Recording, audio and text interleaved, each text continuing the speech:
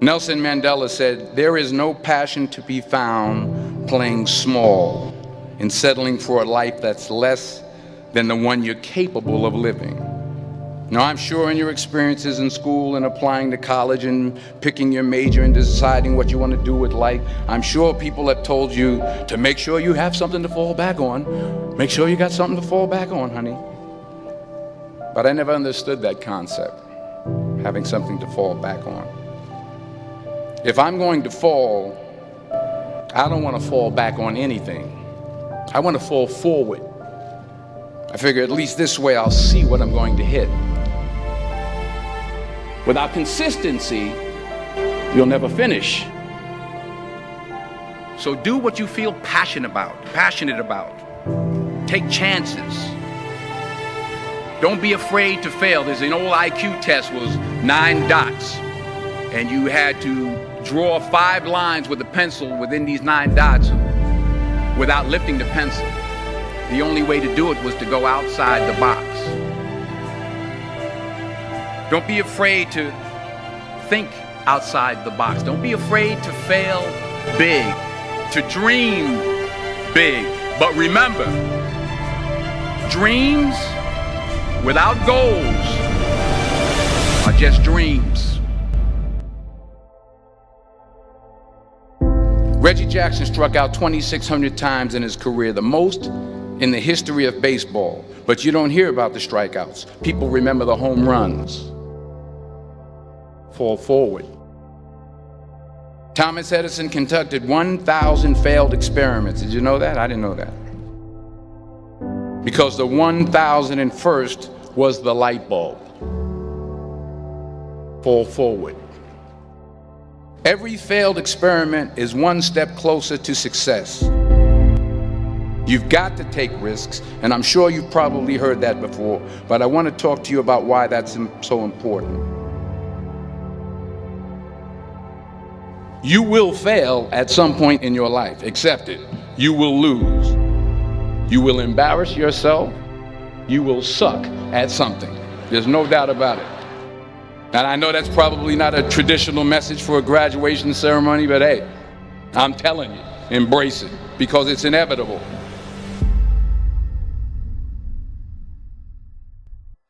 In the acting business, you fail all the time. Early on in my career, I auditioned for a part in a Broadway musical.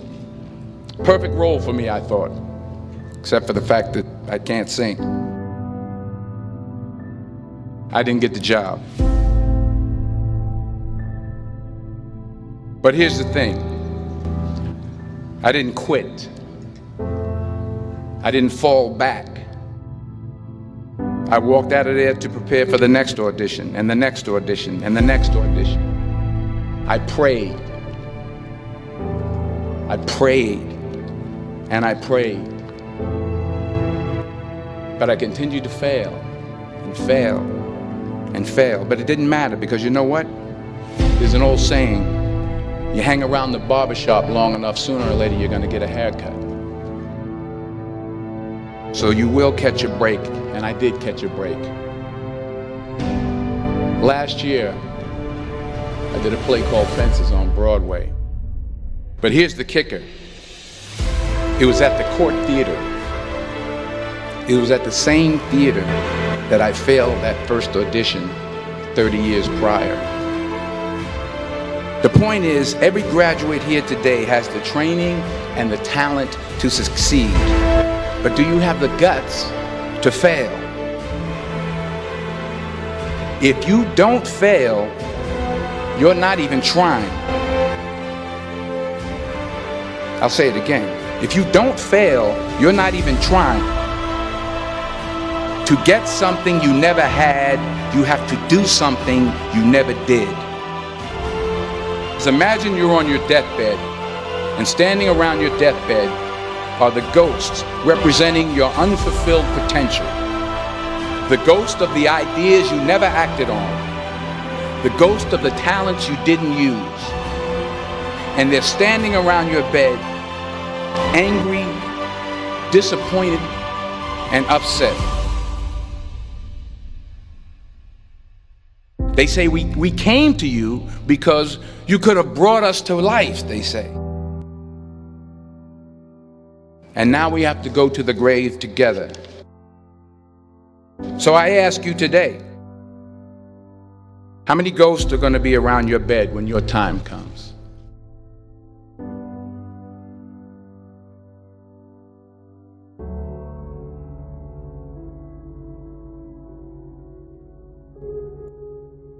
I just got back from South Africa. It's a beautiful country, but there are places there with terrible poverty that need help.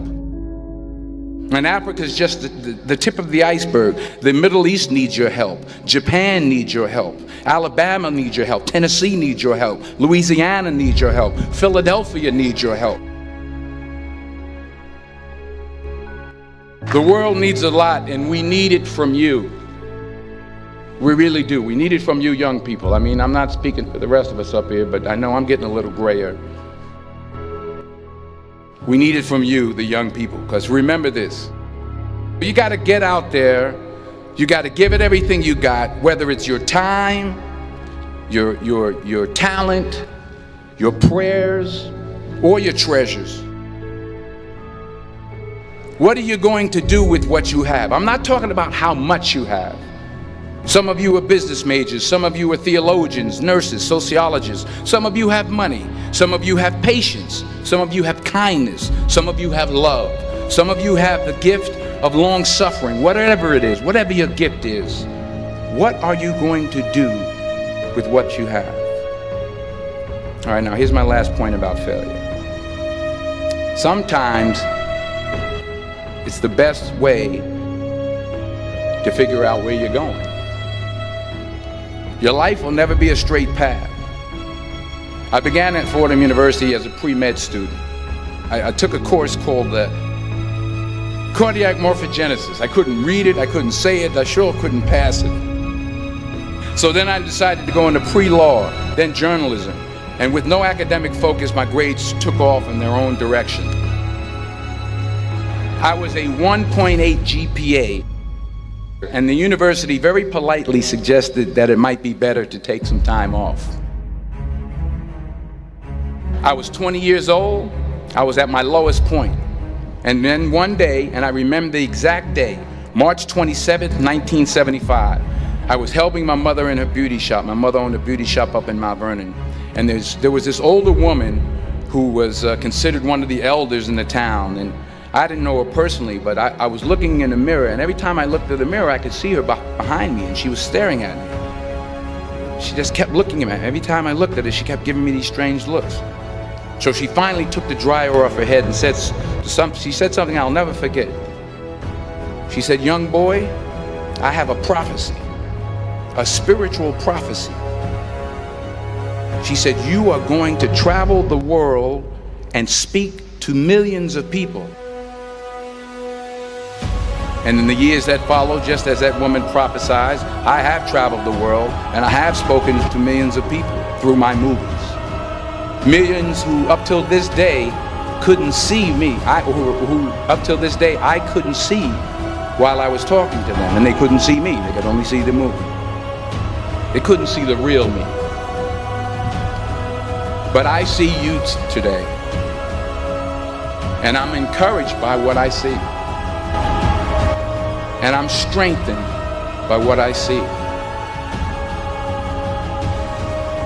Because taking risk is not just about going for a job. It's also about knowing what you know and what you don't know. It's about being open to people and to ideas. The chances you take, the people you meet, the people you love, the faith that you have, that's what's going to define you. Never be discouraged. Never hold back. Give everything you got. And when you fall throughout life, remember this: fall forward.